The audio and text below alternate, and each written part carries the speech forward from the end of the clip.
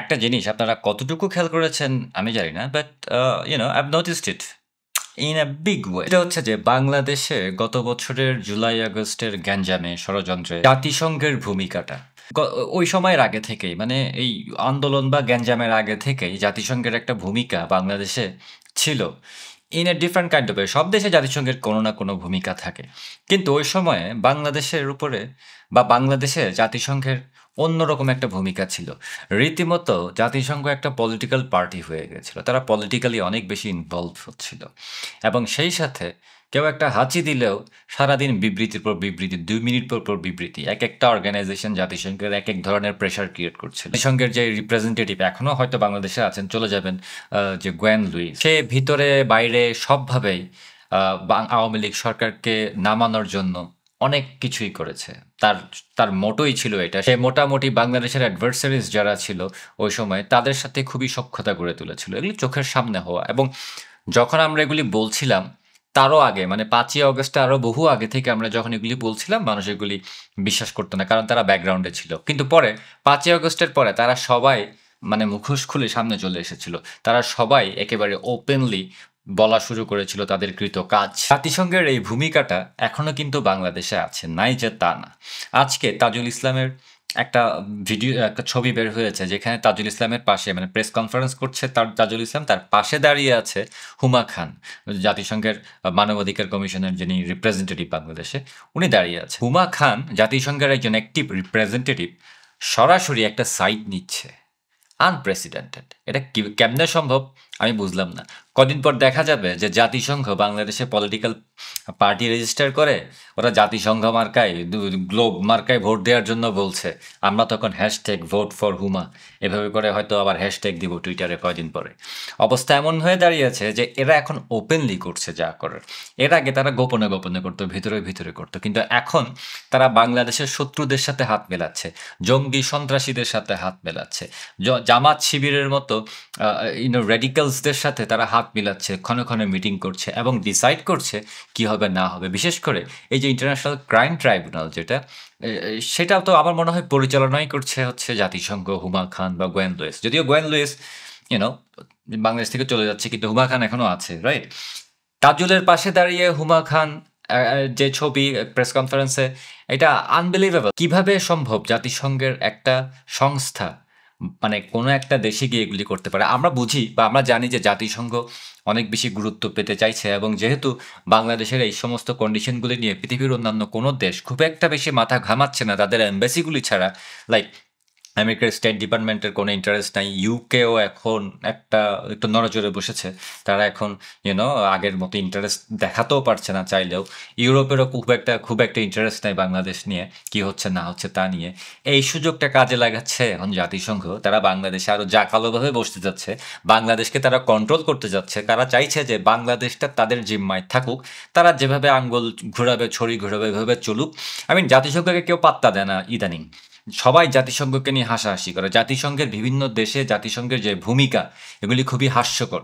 যেখানে আসলে গণহত্যা হয় সেখানে গিয়ে তারা উল্টা ওই গণহত্যাকে সাপোর্ট করে, আর বাংলাদেশে এখন তারা জঙ্গি সন্ত্রাসীদের সাপোর্ট করছে না? অবশ্যই করছে। আমেরিকার প্রেসিডেন্ট ডোনাল্ড ট্রাম্প জাতিসংঘকে নিয়ে খুবই হাসি তামাশা করে ইদানিং, জাতিসংঘ এমনই হয়ে গেছে। সো সব দিক দিয়ে তারা গুরুত্ব হারিয়ে এখন বাংলাদেশের মতো দেশে তারা জেকে বসেছে যাতে একটু গুরুত্ব পাওয়া যায়, এবং এটা করার জন্য বাংলাদেশের গভর্নমেন্ট যেই থাকুক তাকে কন্ট্রোল করতে হবে। সে কন্ট্রোলটা পাওয়ার জন্য জাতিসংঘ এখন মরিয়া হয়ে উঠেছে। সো ইটস সো ফানি যে বাংলাদেশকে কন্ট্রোল করার জন্য, বাংলাদেশকে গভর্ন করার জন্য, বাংলাদেশের ক্ষমতা দখল করার জন্য শুধু যে জামাত শিবির, জঙ্গি সন্ত্রাসী, বিএনপি, ইউনুস এরা আছে তা না, সেই সাথে বিদেশি শক্তির মধ্যে জাতিসংঘ আছে, আমেরিকার এম্বাসি আছে, মানে পিটার হাসরা আছে, ইউকে এম্বাসি আছে, পুরা বাংলাদেশকে নিয়ে উঠে পড়ে লেগেছে, রাইট? কারণ বাংলাদেশ হবে তাদের যুদ্ধ, মানে এই সমস্ত দেশগুলোর একটা হাব। জাতিসংঘ যদি বাংলাদেশে ভালো একটা প্রভাব বিস্তার করতে পারে এবং ওইভাবে যদি জেকে বসতে পারে, আসন্ন সামনে যে যুদ্ধগুলি আসছে, ইন্দো প্যাসিফিক যে কনফ্লিক্টগুলি হতে পারে, তখন জাতিসংঘের হাতে একটা বড় গুটি থাকবে যে এই বাংলাদেশ কেন্দ্রিক ব্যবসা করার, বাংলাদেশ কেন্দ্রিক মানে প্রেশার দেওয়ার, বাংলাদেশ থেকে প্রেশার দেওয়ার, মানে একটা গুটি থাকবে, একটা নেগোসিয়েশনের টেবিল তৈরি করার জন্য, নিজেদেরকে গুরুত্বপূর্ণ বানানোর জন্য জাতিসংঘ এটা করছে। যদিও nobody gives a shit about United Nation nowadays. রইল বাকি আমেরিকান পিটার হাসের কথা বা ইউকে এম্বাসির কথা, এগুলি আমরা জানি যে ডিপ স্টেটের অপারেশন ছিল, আওয়ামী লীগ সরকারকে যেভাবে পতন করানো হয়েছে। তবে আমি এখনো হজম করতে পারছি না যে জাতিসংঘের একজন অ্যাক্টিভ রিপ্রেজেন্টেটিভ হুমা খান কিভাবে ওপেনলি ভরা মজলিসে সবার সামনে in front of all the media entire world একটা সাইড নিচ্ছে, একটা পক্ষ নিচ্ছে, তাও আবার মানে সরাসরি জঙ্গি সন্ত্রাসীদের পক্ষ নিচ্ছে। Wow, this is unprecedented. এরা কিভাবে জাতিসংঘের রিপ্রেজেন্টেটিভ হয় যখন এরা একেবারে ওপেনলি এগুলি করছে? কিভাবে? আই মিন, অন্যান্য যারা ডিপ্লোম্যাট আছে বাংলাদেশে, আরও অন্যান্য অনেক দেশই তো আছে, তারা কি এগুলি দেখছে না? তারা কি এগুলো নিয়ে কোনো কিছু বলে না? নাকি জাতিসংঘ এখন একটা গুন্ডা সংঘ হয়ে গেছে, এখন গুন্ডাবাজি করা ছাড়া তাদের আর কোনো কাজ নাই? আই মিন, ভলকার টুর্কের কথা তো মনে আছে, রাইট? 5ই আগস্টের পর ভলকার টুর্ক স্টেটমেন্ট দিয়েছিল না, বলেছিল না যে আমরা সেনাবাহিনীকে থ্রেট মেরেছিলাম যে ওদের পিস কিপিং মিশন বন্ধ করে দিব অ্যান্ড যদি তারা আওয়ামী লীগ সরকারকে হেল্প করে বা কোনো কিছু করে। Remember that, right? সরাসরি ইন্টারভিন করেছিল আরেকটা দেশে। সো জাতিসংঘ বাংলাদেশে নিউট্রাল না, নট এট অল। জাতিসংঘ কোনোভাবেই বাংলাদেশে নিউট্রাল না। জাতিসংঘ বাংলাদেশে একটা সাইড নিয়েছে। জঙ্গি, সন্ত্রাসী, রেডিক্যালস, দেশ বিরোধী শক্তি, বাংলাদেশের স্বাধীনতা বিরোধী শক্তি যারা আছে তাদের সাইড নিয়েছে। আমার তো মনে হয় যে পুরো আইসিটি, যেটা ইন্টারন্যাশনাল ক্রাইম ট্রাইব্যুনাল, সেটা এখন জাতিসংঘ হয়ে চালায়। আমার এটাও মনে হয় যে ওই যে 15-20 জন আর্মি জেনারেলের যে অ্যারেস্ট ওয়ারেন্ট বাইর হয়েছে, এটাও মনে হয় জাতিসংঘই করেছে, এই হুমা খান রায় করেছে। কারণ আদারওয়াইজ আমি তাদের এরকম অডাসিটির আর কোনো রিজন দেখি না। অন্য একটা থার্ড কান্ট্রিতে গিয়ে, একটা দেশে গিয়ে তারা একটা সাইড নিচ্ছে, তারা নিউট্রাল থাকতে পারছে না, তারা একটা মানে একদিকে তাদের একটা অ্যালাইনমেন্ট চলে আসছে এবং সেটা তারা ওপেনলি কোনো ধরনের লজ্জা ছাড়া, কোনো ধরনের শেম ছাড়া এটা পুরো দুনিয়াকে দেখাচ্ছে।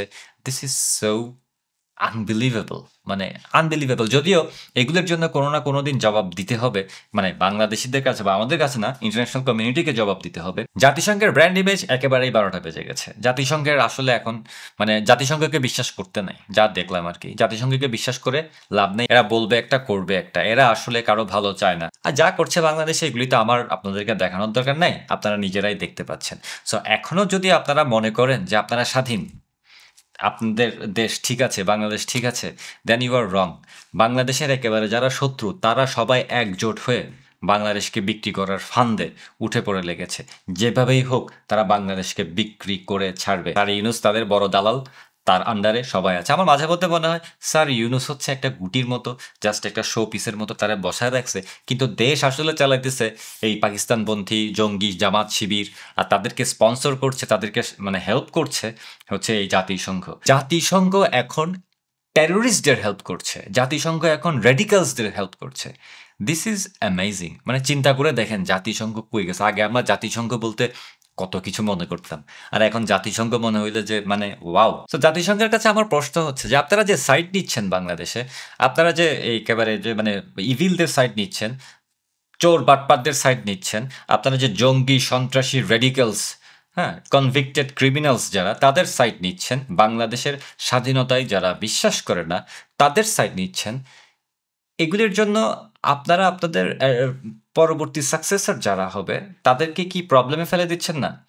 পুরা জাতিসংঘ নামক এই অর্গানাইজেশনটাকে প্রশ্নবিদ্ধ করছেন না? একটা কমেডি বানিয়ে দিচ্ছেন না শুধুমাত্র একটু প্রভাব বিস্তার করার জন্য? ডু ইউ রিয়েলি থিঙ্ক যে মানুষ এগুলি দেখছে না?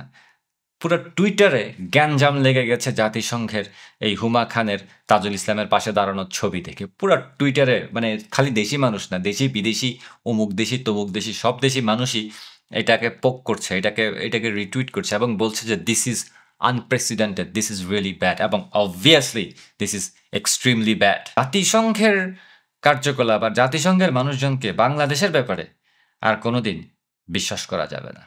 অ্যাটলিস্ট আমরা যারা এগুলি দেখছি আমরা কখনো বিশ্বাস করব না, অন্যদেরকেও করতে দিব না। Have a good one.